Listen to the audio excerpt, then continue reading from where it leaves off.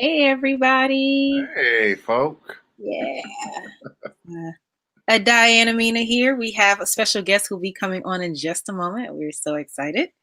Yes. So, Diana, you get to do the honors of saying a little bit about this guest because you've known him a little longer. I mean, I don't know this Negro really. uh, we have the illustrious director, producer, educator Rob Connor joining us today to talk a little bit about new play development, but also to talk about his path as a multi-hyphenated artist as well. yeah. So thanks for joining us, Rob. Yeah, so I will say that this is the Hush Harbor Lab. This blue bottle series is really just happy I wanted to kind of come on and to have conversations with people about the new play development process. It is generously funded by the Fulton County Arts and Cultural Arts. One of their grants is one of the reasons why we can have people here today, and we're so excited. And so we are going to go ahead and bring Mr. Rob Connor on with us. Give a round of applause from where you are at home. Yes.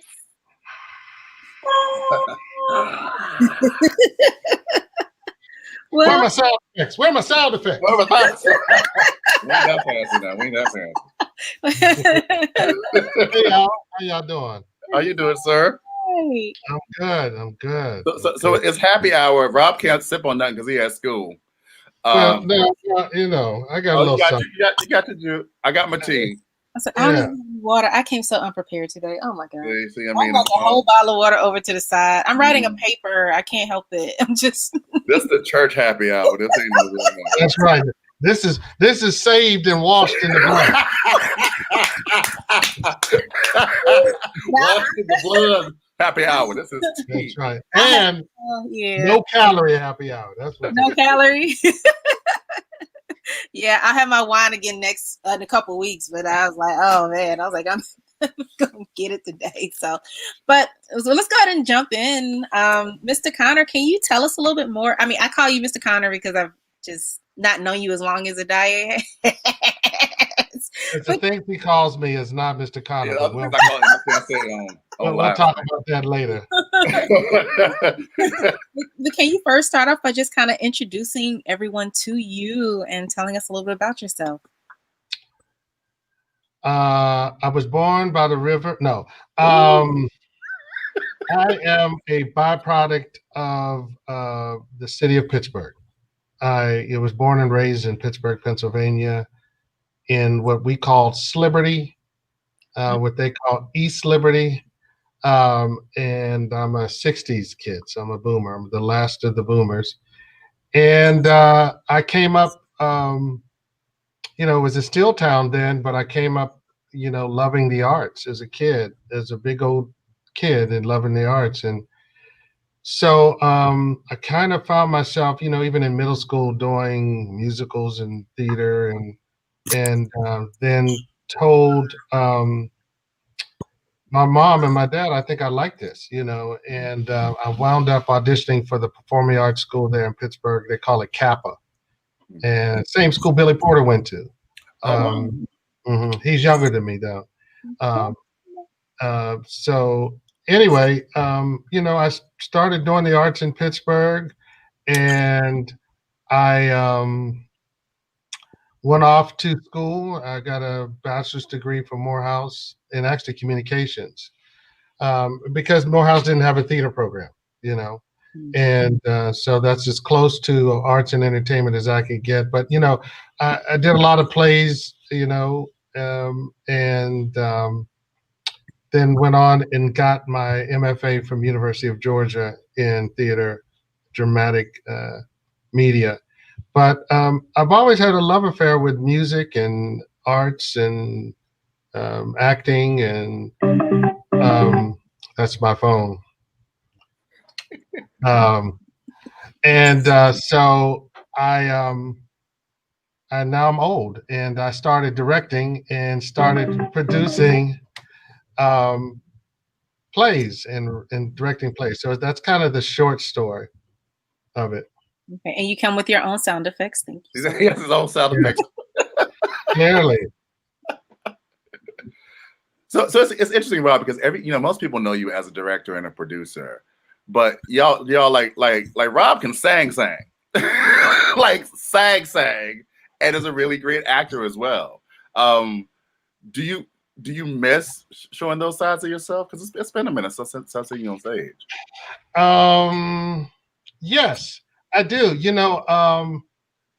I grew up singing. First that was my first gig. Um, I was 15-year-old in the Wiz in Pittsburgh with Kent Gash, who played the Cowardly Lion, and Wow. Tamara Tooney, who's on Law and Order, who's also a singer. They all went to Carnegie Mellon at the time, and so I do miss it, and I do enjoy it. And that's one thing I think about. If you keep your instrument up, acting or singing, you don't typically expire. Now the instrument will evolve and change, but the love for music has always been there. And I just, I guess for me, even when I was a young actor, I would always be on stage kind of analyzing the process. Right. And that doesn't bode well for an actor performer. It doesn't. I mean, you can't you can't all of a sudden be like, oh, they need to move that table over there a little bit, And that's kind of how I knew. I was like, okay, I think though I love to sing and will continue to sing, I just sang on a project that Christian Magby did, cool. or original musical that he wrote. But I just knew that there were more things that I was interested in. Even when I was a kid, I was, writing screenplays and writing songs, and so it never was just one thing that I enjoyed to do. And there's a lot of people who have multiple interests, talents, and gifts, and you should cultivate all of those things, because you never know. There's a lot of people that are on television right now, like Sara Ramirez, right, from Grey's Anatomy, right? A lot of people just know her as Sara Ramirez from Grey's Anatomy, the actor. But what they don't know, she played in the musical comedy, Broadway, Crazy. It's going to come back to me. See, that's 56 showing up. But she's a phenomenal singer. Like, she's a phenomenal singer, and so it's really just trying to exercise the muscles that interest you, and, continuing to feed that thing inside you that it's creative, so. Right. But thank you for the compliment. I do enjoy singing. Yes. Yeah, no, he's a great singer.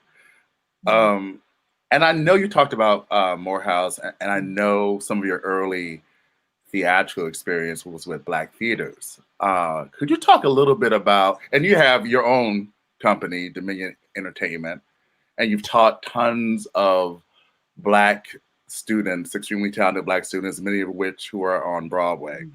Could you talk a little bit about the importance of Black institutions, especially when it comes to developing new talent, but also when it comes to developing new work? There is just something, there's a rite of passage when you attend a Black institution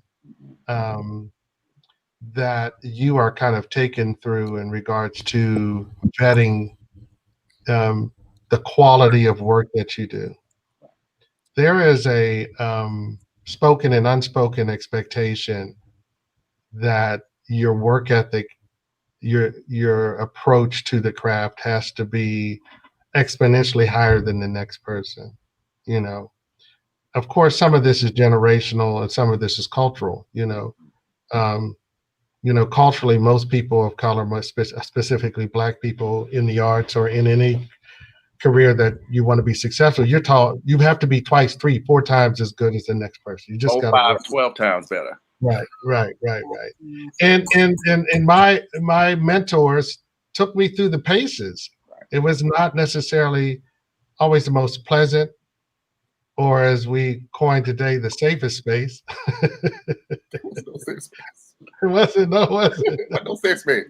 But I think, this business is tough. This entertainment, it's tough. You got to have a thick skin, and you got to be prepared to be rejected. What I think I'm most proud of the young people that I've taught is, you know, and I probably would be described as a little bit of a tyrant in regards to me working with young people, Mhm. is that somehow through all of whatever they kind of experience with me as their teacher, it, the thing that I wanted them to get the most, which was the muscle, Mhm. showed up. Mm. And so thus is born a career, because you say you want to do this. I think you know, they talk about, Serena Williams and Venus Williams' father. They always say he was so tough on them. He's so tough. And I don't know if they would have traded that kind of tough love, because I think that is what has sustained such a substantial career for them as athletes. And I feel the same thing about coming through a HBCU or a Black institution. You're inspired. Mhm. You are, you're shoulder to shoulder with people who were pioneers. Um, you get to learn their humanity, and it kind of affirms you. Like, you learn the complicated nature of their personality and how their art informs that. Mhm. And it kind of gives you a sense of, um, I can do this too. I can do this too. And I think there's just some value that you get that you may not. There's some things that you're going to get studying at an HBCU, at a great HBCU program, especially culturally. I know for me, I felt so affirmed leaving Morehouse. I felt so confident, Mhm. like, not arrogant, but I just felt like I have seen and I have borne witness to some incredible people. Mhm. They have poured into me things that I didn't even know I needed. Right. And now I'm ready. I'm ready to do this thing. And so I think there's some value there. Right. And the cultural identity part too. I no longer felt like I had to convert myself and contort myself Mhm. to be in any space or place. Like, oftentimes we are clouded by the idea that mainstream society will make us contort ourselves and to be acceptable. But Mhm. I was affirmed that you're acceptable right now. Right. Just be good. Just be Be good. great. Mhm. Great is always acceptable. Right. It's always acceptable anywhere. So that's what I think the value of kind of like matriculating through an HBCU or coming through a program that is culturally centric. It kind of gives you a sense of community. Yeah. And how have you brought those lessons and the things that you've learned to both the development of new work, but also to directing new plays? What are some of those insights that you gained from either from your HBCU experience or your experience working with other Black theater companies? And how do you bring those lessons to when you approach new work? Mhm. Uh, I think that, new works are important. New stories are important. Mm. And finding your voice as a writer or a creator is important. And I think that far too often, especially Black writers and people of color, don't get the opportunity to workshop and to find labs and spaces to Mhm. cultivate those works Right. and to have sounding boards to bounce their work off, not just in the literary aspect of it, but the structural aspect of it, the producing aspect of it, the commerce aspect of it, Mhm. you know, all of those things that, in the business of theater, um, you know, plays have been written for a long time, and even some plays are called closet plays, not meaning people were in the closet when they wrote them; they just weren't meant to be performed. Yeah. Mhm. Um, However, I think that if you're producing a work for, or writing a work, or creating a piece for public consumption, you really have to be prepared to kind of vet yourself through all avenues of that area. Like, you need to talk to producers, you need to talk to directors, you need to talk to writers, you need to kind of kind of just get as much information so you can really figure out the formula, because there are formulas to producing works. Um, so I've worked with I did a new work with Paris Creighton years ago, and that was a great experience because one for me, um, it was almost like he was giving me a window into his soul. Mhm. And it's like knowing that person, you're kind of hearing the stories within. So it was very kind of interesting and intimate in a way, and a vulnerable for him as a writer. Mhm. And I think what I was able to lend to the process, other than directing the piece, was helping it find more structure or glue for the audience to walk away with the impact that he wanted, but also the experience that they would expect going to a play, you know. And so, it's so funny because I have a foundation, Dominion Arts Foundation, and we did a series of play reading series, Powerhouse play reading series, and one of the other things that we hope to do in the future, which is similar to what you guys are doing, probably not on the level because this is what you guys specialize in, but providing platforms for new playwrights to workshop and to create pieces. I remember going to see Amina's piece at the Windmill Playhouse. Right. Mhm. It was outstanding. And what was great about that, I met Amina. She came and just sat in on some of my rehearsals just to kind of observe. And so, that I really wish we would network more Mhm. and let our guards down more and put aside our differences and misgivings and be more communal. Right. You know, I had an interview with Otis Salid, and he talked about when he was coming up in Harlem in the 50s and 60s, how all of these people were just there. And so it was a natural expectation that you would be in communion artistically with Jeffrey Holder, with, all of these people, Miles Davis, everybody was there. And I think for Atlanta specifically, we have such a rich treasure of artists and writers, but I don't know if I'm going to be on, well, I don't know if we figured out the communal part as a whole. Yeah, no. I think we're still working on that because it's funny that you mentioned working on Paris's piece. I remember Paris saying like Paris had some folk in that room when he was developing that piece, Right. This was our and brother's affliction, right? yeah, and like Mhm. one of the things that I mean I talk about a lot, and the reason why we started Hush Harbor was that I don't think people realize, especially for Black writers, the power it is to have an all Black room when you're developing your work. Right. It's a really powerful, rich thing because folks are going to tell the truth. Yes. And folks are going to tell the truth because they have your best interest in mind. Right.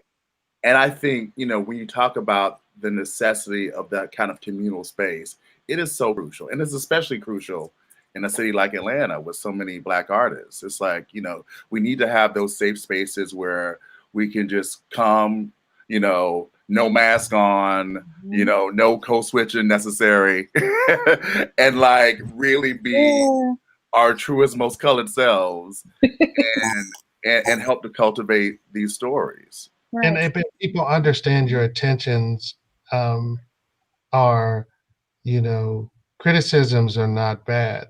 Critiques are actually necessary. Yes. Um, Mhm. Sometimes you have to gut your entire project, Yes. you know, because there might be one piece in there that is really the glue that you missed. Hmm. Mhm.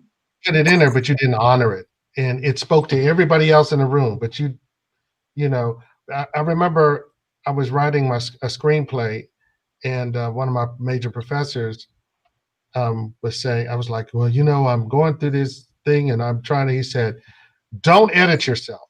Hmm. Just vomit on the page. Right. Mhm. Edit later. Mhm. Get it out. Get it Get it out. out. And I think that was some of the best advice for me, is that I was trying to um, I was trying to decorate the house while I was building it. Mm-hmm. And I would say to any writer, don't decorate the house while you're building it. Mm-hmm. You know, give true honor to your artistic self and understand it's a process, you know, and there's phases of developing an original piece. And the first phase is really just breathing it out, Right. exhale, Right. and then go to the people you trust and know that have the expertise. I'll say that because I think any good writer should be seeking criticism on the highest level. Right. Because if you're seeking compliments, you'll never be good. You just won't. You just won't. No. You just won't be good because, you know, I came up under Joan Lewis at Clark Atlanta University and Lamar Alford, who was the dramaturg in residence there at Morehouse, and some of the Carol Mitchell and some of those, you know, Mm-hmm. and their sage wisdom, their candor, and I mean blazing candor is what kind. Even God rest his soul. You know, we lost Thomas Jefferson Bird the other day. Yes. Mm-hmm. I mean, about a month or so ago, and even as a young performer, I remember Tom lighting me up in a rehearsal. When I mean embarrassing me, I was like this. I was speechless, and I know that's hard to believe to people who know me.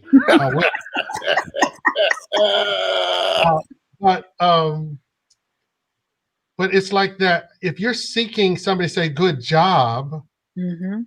call your mom, call your dad, call your sister. Right. If you're seeking advice or feedback to somebody to really kind of start helping you cultivate the best work you can create, find somebody who may tell you something you don't want to hear right away. Mm-hmm. The very first play I ever wrote was for Joan Lewis's dramaturgy class at Clark. And and this was in front of the class. We did like a little in-class reading of it. And she just kind of nodded her head. She said, I need you to stop bullshitting on the page. Mm-hmm. And my feelings were hurt. But I swear to God, that was the best advice that I needed at that time. So when it was read again, she just looked at me, just nodded her head, and just didn't say anything. So I was like, okay. But you knew what that meant. Obviously, I stopped bullshitting. Right. Because that's how they did it back in the day. Yeah. You might just they might look at it and go, you ain't getting no good job, baby. You ain't getting rubbed on the no. They might give it back to you and just nod, and you know. Right. But I also think part of that has to do with, I mean, I wrote so many things I got to ask you and talk to you about on the back end, but I think part of that also has to do with understanding what true community means. Right. Because if you haven't cultivated a community, if you haven't done that work, then you can't be in a space where you are trying to say, hey, you know what, we're brave here. We're going to give you the opportunity to be yourself and to flesh out your work. But we have to, absolutely have to address the fact that we're not perfect walking into the room, nor should we be, because it's theater. I think the most important lesson I learned as a playwright, and it's funny that you mentioned remembering me being in a room. Most people didn't know I wrote plays until about 2 years ago. And my MFA is in playwriting. But for me, it was more important for me to say, let me network, let me be in the community, let me be in the room. And so when my work came forward, then everybody was like, now we're rooting for you because you have been in the room and you have seen this process and we've been a part of your work, and now you have something else to put forward. But I really think that whole piece of community makes it so that when you come into a room and you don't know folks, then all of a sudden, then it becomes okay, well, you're just attacking me. Well, maybe not necessarily. Was it the tone that you weren't used to, but what was actually being said? And don't allow the tone to confuse the message. Right. Right. Shanae, I hit. You know what I mean? we have For the comments. comments. I can get them up, and so there's some other great comments too. But I do think that as a whole, I mean, because it's like when we talk, I mean, one of the reasons we started Hush Harbor was because we noticed that as a whole, there are a couple Black artists who get a chance to be in labs, and there are a few Black actors who get a chance to be in labs, but the majority of the Black actors in Atlanta do not.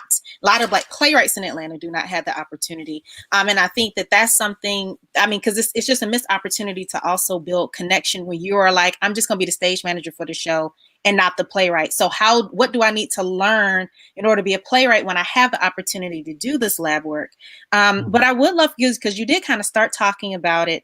Can you talk us through, as a director, when you get a new play from a playwright and they're like, hey, read my work and I want you to help me develop this.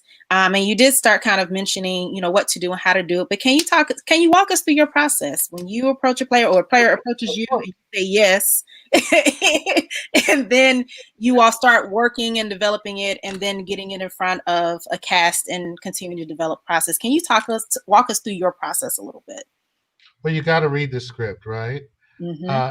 Usually you can tell within the first 10 to 20 pages, usually the first 10 pages, if it is going to draw you to want to read more. And the kind of like the 10-page rule is kind of like and every director has its own taste. So it might be a matter of, it just doesn't speak to me as a director, but there are some staples. But you read the script and then you start trying to ask questions like the things that make sense and the things that don't make sense to you. What is the writer's intention? What were you trying to accomplish here? Then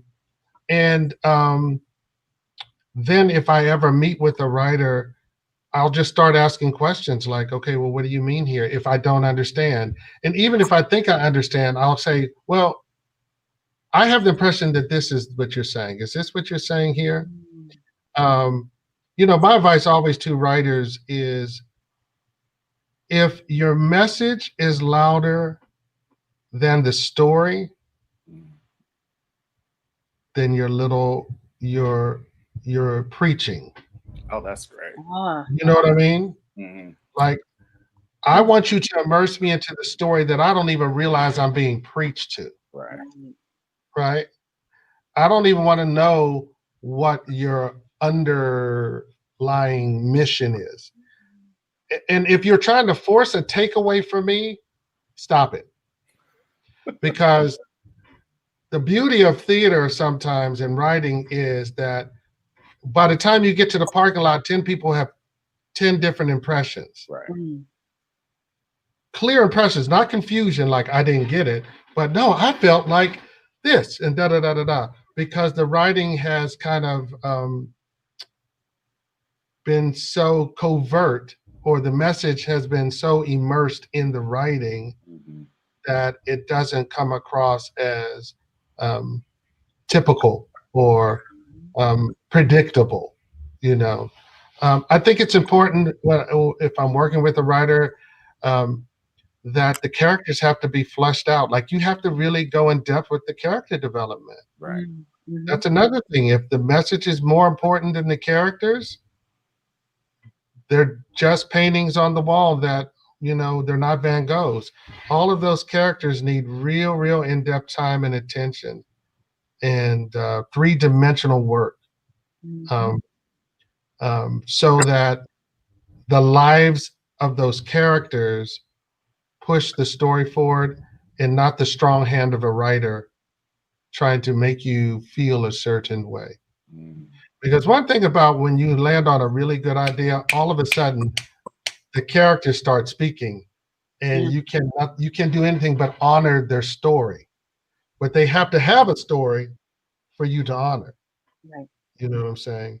So I don't know if that answered your question, but that's kind of my process with new plays. And I do get a play like every 2 weeks, or somebody will approach me through social media and say, I have a new play, and, read my play. Can you produce my play? And they probably have a perception that, the Martin Scorsese. and I do want to produce more new works. But the thing about having a production company like Dominion, or anybody who has a small production company that's for profit, when you're producing a play, you have to not only consider the artistic value, but its actual commercial appeal. Like, will this sell? Mm-hmm. Will somebody show up at this? Or will this not just sell in tickets, but will this sell to the artistic community at large, that other organizations may want to produce this? Mm. You know, and is what's novel and what's interesting about this, what's different about this play. Um, um, is it mirroring somebody else's style and work? Now, there's a difference between being influenced by and borrowing and just biting. Straight up biting, yeah. There is a difference. Yeah. Lack of originality, is it an original idea? Because I think plays can be so broad and diverse. Right. There can be plays that are just really existential and just, that. And then there's plays that are just meat and potatoes. Mm. Good melodramas and stories. But at the end of the day, the good ones always typically rise to the top. Mm. But oftentimes I run into writers that there's a lot of missing pieces, that the dots are not connected. Like simple things like Johnny leaves the room and then they don't realize, and then the next scene, Johnny comes through through a different door. And I go, well, okay, well, where was he? How many days have passed? What's right. What's going on? Right. Did he crawl out the window? Right. Did he go to the 7-Eleven? I just So that leads me to my open up a can of worms question. And y'all don't be rushing Rob's inbox with plays after he answers this question. But putting your producer hat on, and when it comes to new work, what kinds of plays are you looking for? My audiences are typically ages 25 to 65, predominantly African American, who like dramas and comedies and musicals. They're not going to jump right on something like Terrell Alvin McCraney's pieces, because though they're wonderful pieces of work, they touch upon subject matter and they may be a little too heady and mystical for my audiences. So straightforward works that are kind of middle road, like my audiences love Jar the Floor, that kind of well-written play that may have a domestic feel, that deals with real life issues, or well-written musical. Little plug, I'm workshopping a new musical that actually Adalia was supposed to. What you was supposed to? You just kicked me off the project. Okay. No. Amina, I'm gonna talk to you, Amina.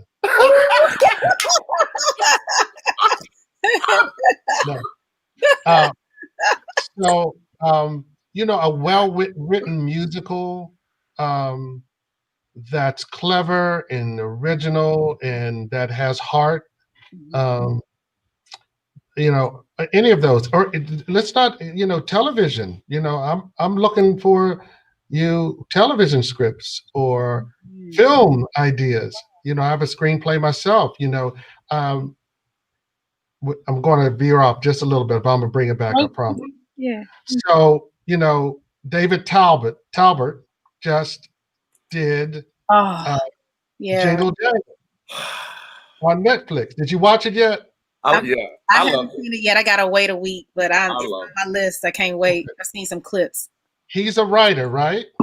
So he fell in the category 20 years ago as an urban playwright, along the ilks of a Tyler Perry, a Michael Matthews, all of those people who were looked down the nose at by, Black thespians, and because he I did always urban. thought David was like the best writer out of the bunch, though. He was. He was. He wrote. I He always wrote thought he was well. You could tell he had actually Yeah. skill, Yeah. and it took him 20 years to produce this film. This film has been in a lab for 20 years. Mhm. We're going to talk about labs. So the thing I would say to writers is a good work will last. Right. It is not uncommon that films, even screenplays, sometimes sit and change and cultivate for 10, 15, 20 years before it hits the movie theater. So especially you young playwrights, you young writers, don't expect instant success. And don't allow affirmation to be your qualification. It doesn't qualify you because you are affirmed. Right. Just believe in your work. Mm. And believe that it is going to be a process. But from urban playwright, when he's doing plays on stages with facades and storefronts and R&B and gospel singers in it, Mm-hmm. and then all of a sudden he shows up on the scene with this very well produced film that's a musical that could very potentially be a Broadway musical. I could totally see it being on stage. I think it's going to happen. It's going to happen, It has to right? happen. Yeah. And so it just takes time. So I guess I say all that to say is when you're cultivating something, your first 20 passes may not be it, but just trust the art in you and keep working. And I'm just proud of that, brother. I don't even know him. Yeah. But when I watched it and saw the quality of the production value, I mean, the art direction. Damn. art direction, yeah. Woo! And here he is, here he is, and his wife. He and his wife produced it. Here he is now, another person on the scene that can produce something different that represents Black and brown people, from the hair to the costume design, the detail.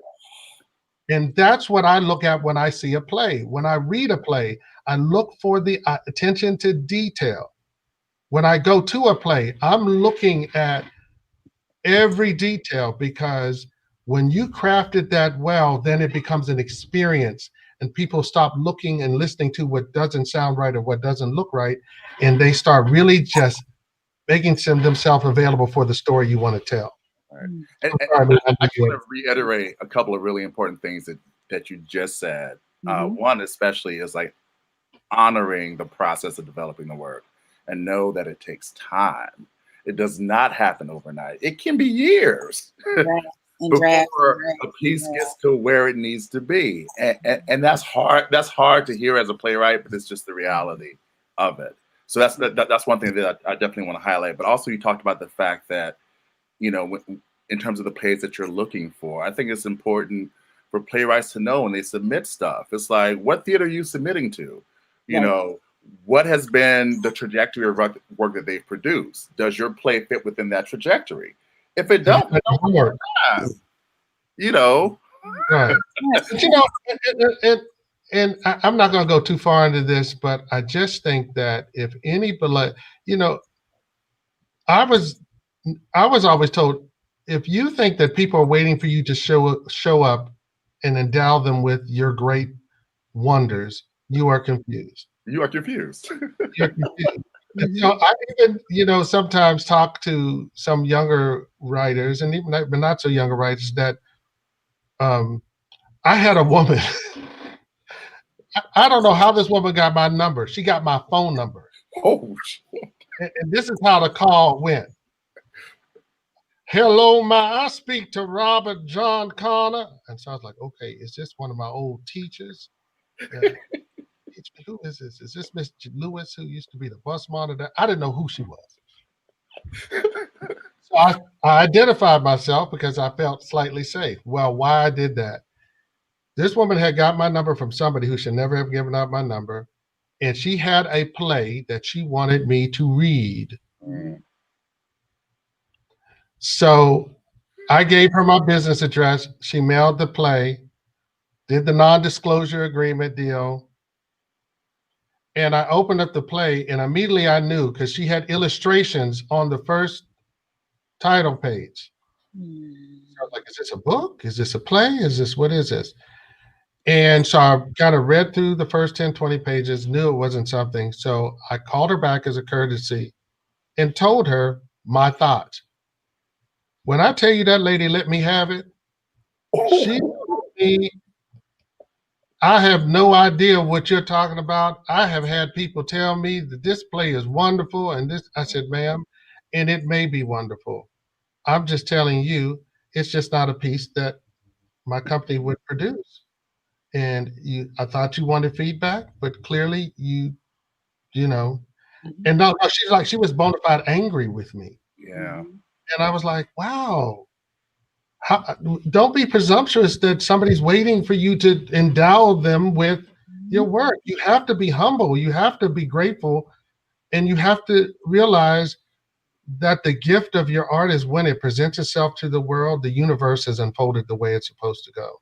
Right. So. And I think writers have to know that every story ain't for everybody.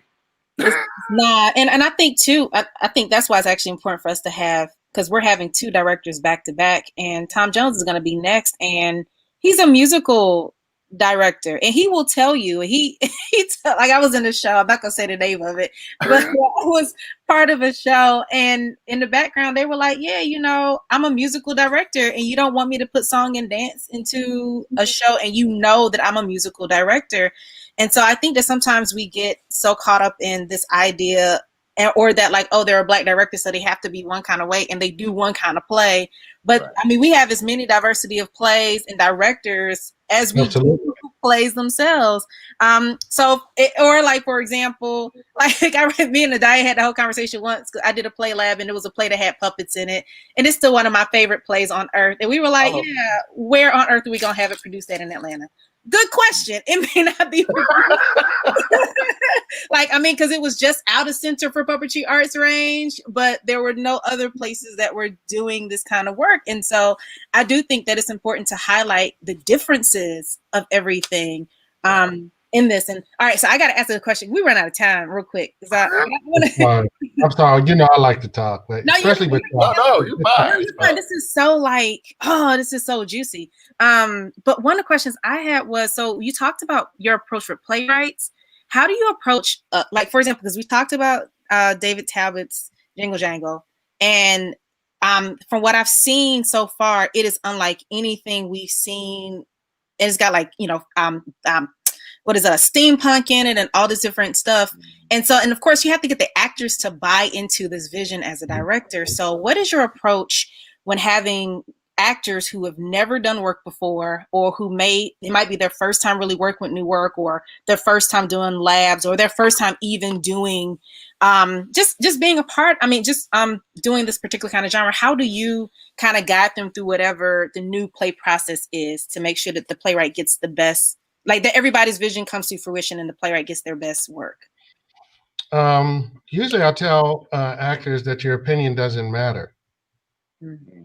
It doesn't matter in the process. And I know that sounds harsh, but it really doesn't. It's like, your questions matter. Right. But how you feel about a certain character, or how you even feel about the play or whatever, you have to realize your job as an actor is to bring life to the character you agree to play. And that's your work.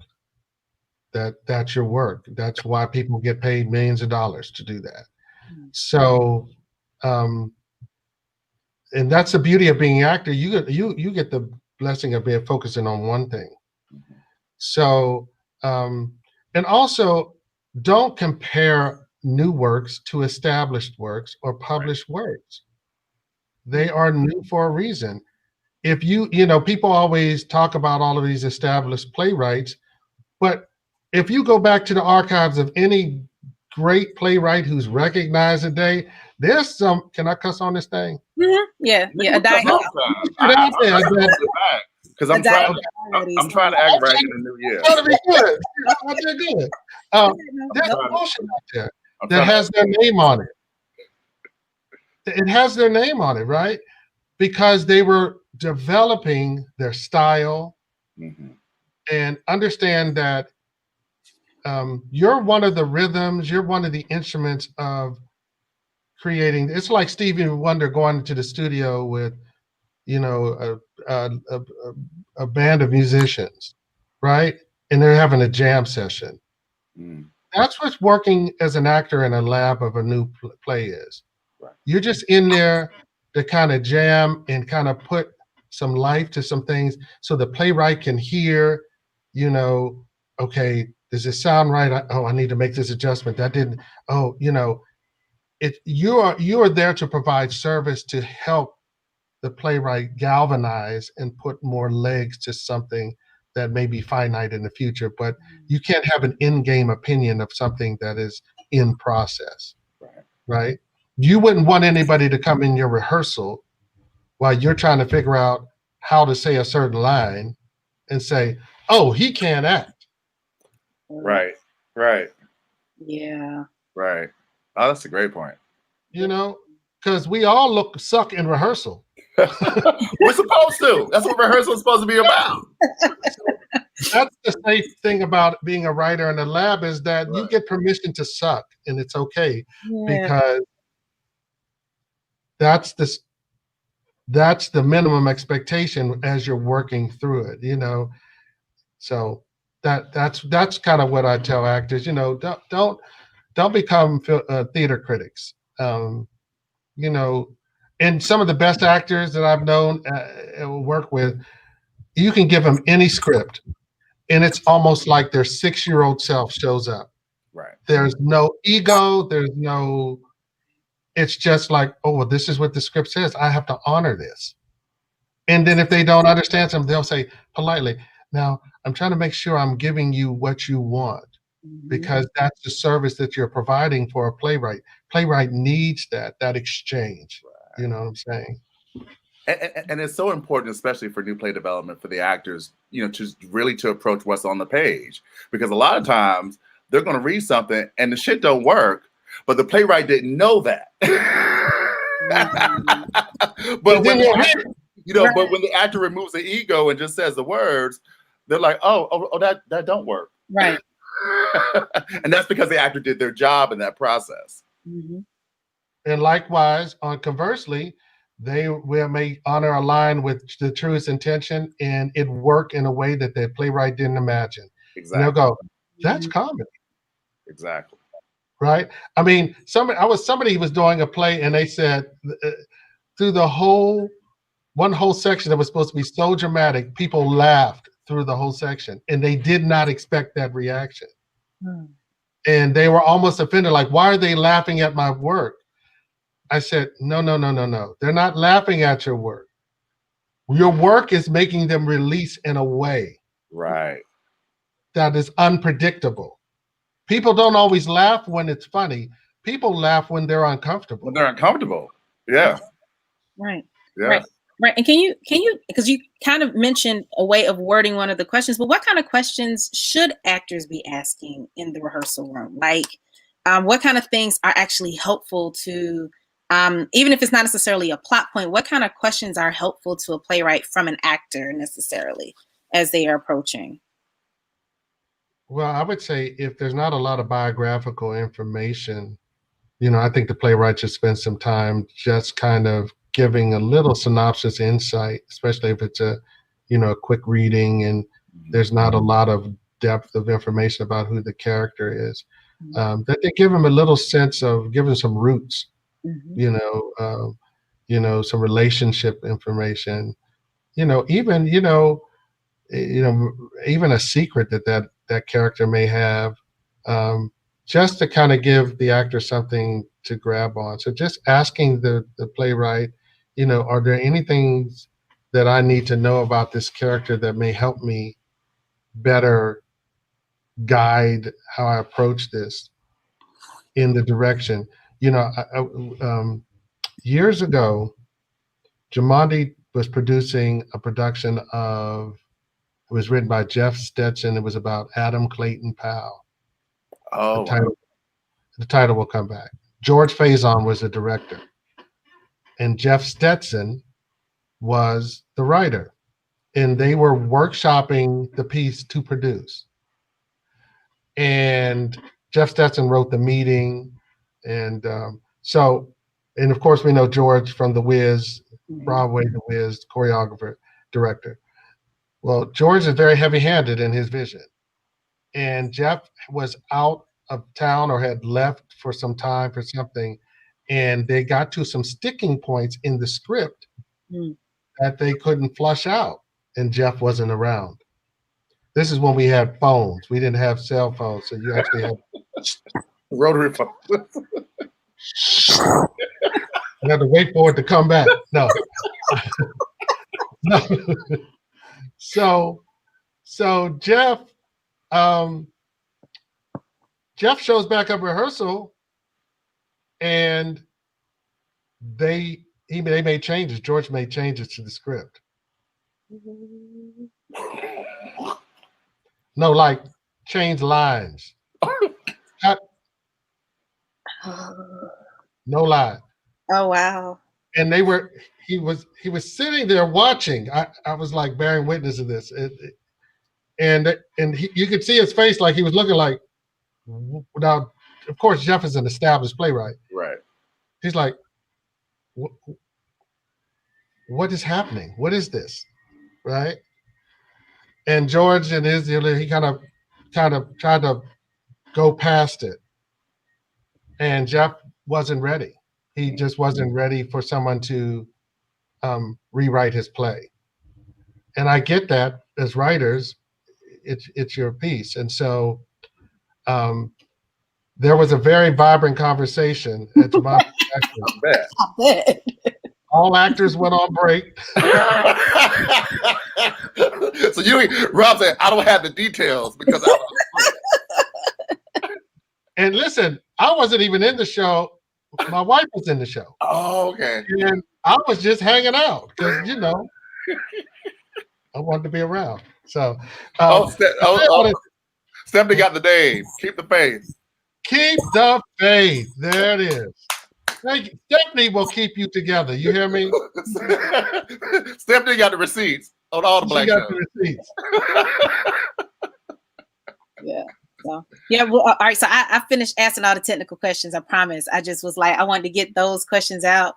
But Adai, I know you have one big question for us. I got one last question that we put on Angela. I think we're gonna put this on everybody from this point going forward. So, Rob, if there were 2 plays or 2 books or 2 inspirational texts for you that every Black playwright should read, what would they be?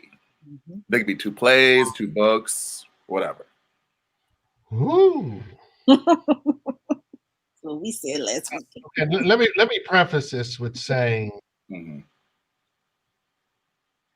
I think August Wilson is one of the greater playwrights from the African American perspective. I don't think he is the greatest or the one and only. I know. Blaspheme. And I'm from Pittsburgh. Blaspheme. I'm from Pittsburgh. As we say in Pittsburgh. I'm from Pittsburgh. But I do think from just a literary standpoint, to understand canon, in that way, I think an August Wilson piece. And then on the complete other spectrum, I think Ndisaki Shange piece, because the style is so distinctly different. Yeah. And how she intentionally deconstructs and protests sentence structure and capitalization and spelling, and it's intentional in its style. So those are 2 very different spectrums of Black writers someone who is more nuts and bolts conventional storytelling with a little mysticism, and then somebody who is about taking words, turning them into stories, but understanding the poetry. Not saying it's not all poetry, but one far more organic in their approach and one more nuts and bolts, you know, realistic. So I would say, you know, for color girls, just to understand that, you know, there's been 1,011 productions of For Color Girls, Right. and probably a million that were not good and about 11 that were. Number However, 11. Number 11. yeah. But I just think from a writing standpoint, Marcus Gardley has some great pieces. I think Terrell Alvin McCraney, Dominique Morisseau, Pearl Clegg. There's just so many that you could recommend. So I would say do your homework and get the cross section of the writers that are out there so you can understand style Amen. and influence, and then figure out, well, where do you fit in that kaleidoscope of writing, or do you make your own niche, you know?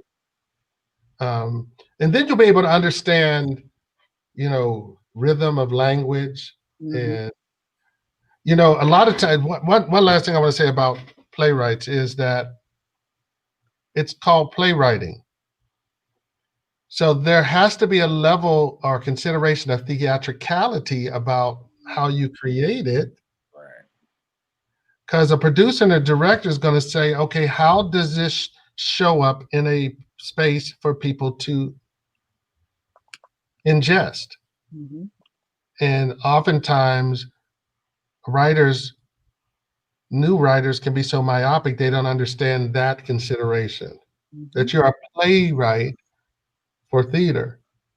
And so somebody's going to have to figure out how to put that puzzle together to get that story somewhere.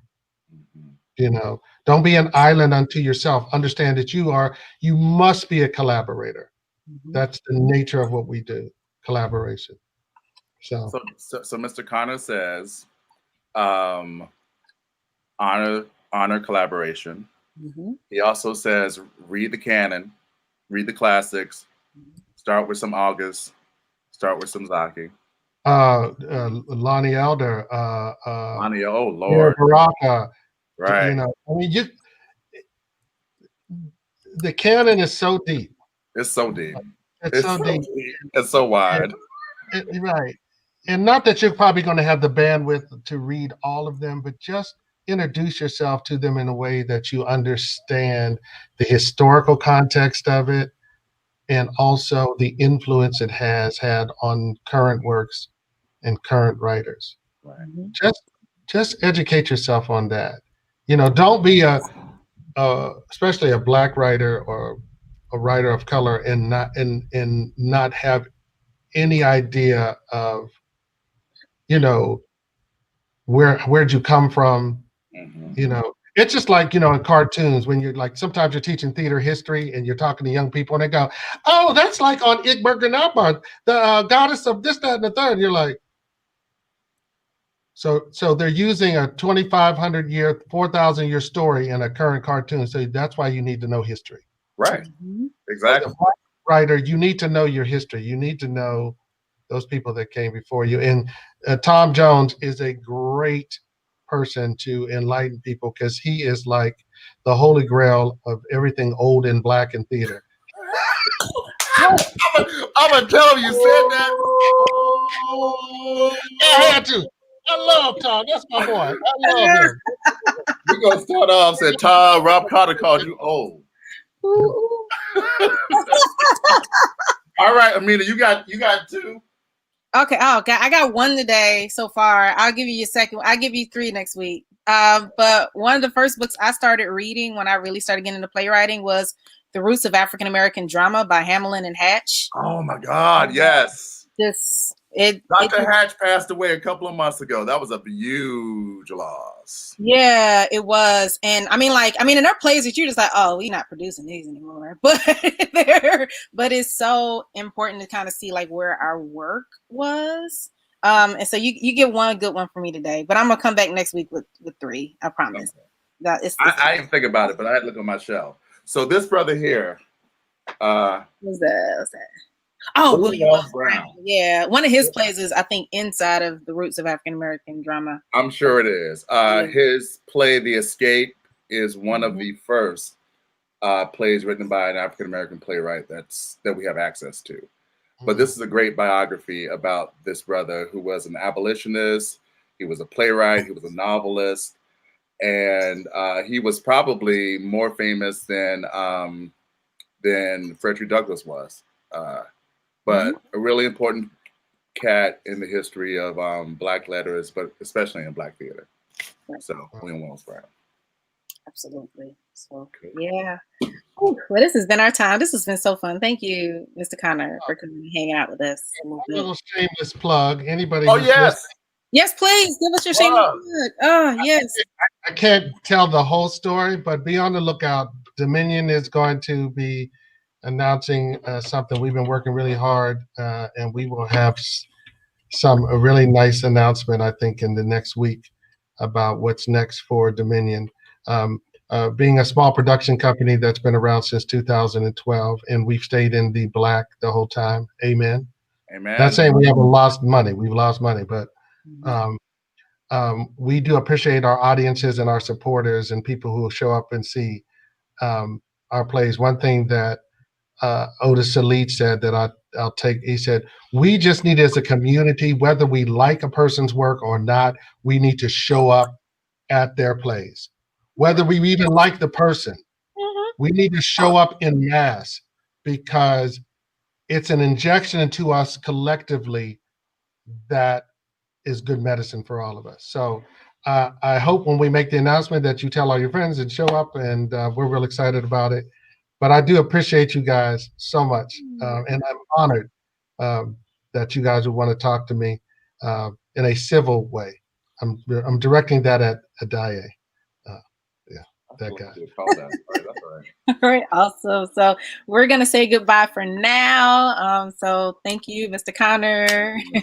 Support Black theater, support Black theater artists, support Black institutions, support Dominion Entertainment. Yeah. All right. So thank you all so much for joining us, and we'll see you all next week. I mean, not next week. We're gonna miss a week, and then we'll come back. But thank you all so much, and we'll see you all soon.